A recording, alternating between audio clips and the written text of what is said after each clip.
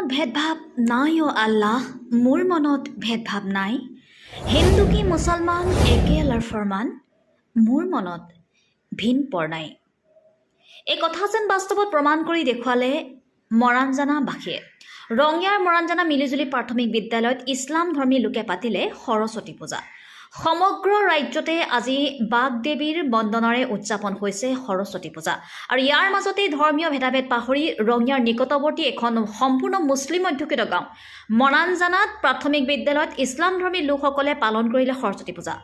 বিদ্যালয় কৰ্তৃপক্ষৰ লগত মিলি মৰাণজানা মিলিজুলি প্ৰাথমিক বিদ্যালয়ত প্ৰথমবাৰৰ বাবে মৰাণজানা গাঁৱৰ মিলিজুলি প্ৰাথমিক বিদ্যালয়ত সৰস্বতী পূজা অনুষ্ঠিত কৰাত আমি সকলোৱে আনন্দিত হৈছোঁ আৰু ইয়াতে আহি পেলাই আমাৰ বহুত ভাল লাগিছে আৰু ছাত্ৰ ছাত্ৰীসকল বিৰাট আনন্দিত হৈছে এইটো মানে অনুষ্ঠানটোত সিহঁতে সহযোগিতা কৰি পেলাই। সংখ্যালঘু অধ্যুষিত অঞ্চল হিচাপে ইয়াতে সৰস্বতী পূজা পতাটো আমাৰ কাৰণে মানে এনেকুৱা দেখাইছে যে হিন্দু মুছলিমৰ কোনো ধৰণৰ ইয়াতে মানে ভেদাভেদ নাই।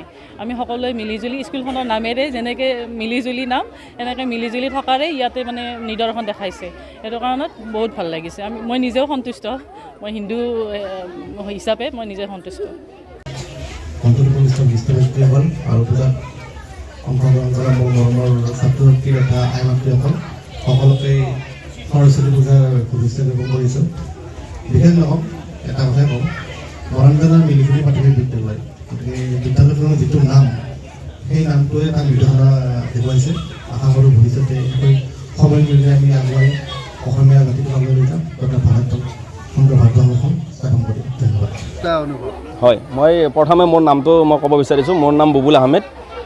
আমাৰ ইয়াত আমাৰ এই যিটো পুখুৰী আছে, এই আমাৰ পুখুৰীটোৰ নাম আছিল অভিমন্যু ৰজাৰ দিনত এইটো খান্দা পুখুৰী। আমি আমাৰ গাঁৱলীয়া ভাষাত অহিমানা বুলি কওঁ।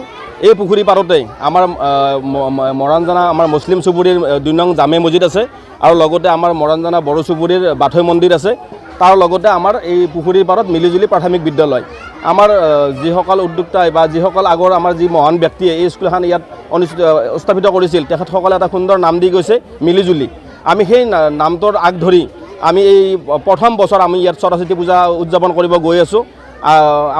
আমাৰ এই অঞ্চলৰ ৰাইজে যথেষ্ট সহায় কৰিছে। আমি আগতে বেলেগ বেলেগ ঠাইত দেখা পাইছিলোঁ মুছলিম সম্প্ৰদায়ৰ মানুহে সৰস্বতী পূজা অনুষ্ঠিত কৰা। আমিও সেই এটা আগ ধৰি আমি ইয়াত আমাৰ স্কুল কমিটি বা স্কুলৰ আমাৰ ছাৰ বাইদেউসকলৰ লগ লাগি আমাৰ এই অঞ্চলৰ যুৱ শক্তিসকলৰ আমি লগ হৈ আমি ইয়াত এটা বহাল ভিত্তিত পূজাখন কৰাৰ কাৰণে চিন্তা চৰ্চা কৰিলোঁ আৰু তাৰেই আলাপ লৈ আজি আমি সুন্দৰকৈ আমাৰ পূজাখন অনুষ্ঠিত কৰিবলৈ আমি সক্ষম হৈছোঁ। আমাক ৰাইজে যথেষ্ট সহায় কৰিছে বৰ্তমান এইখিনি আৰু।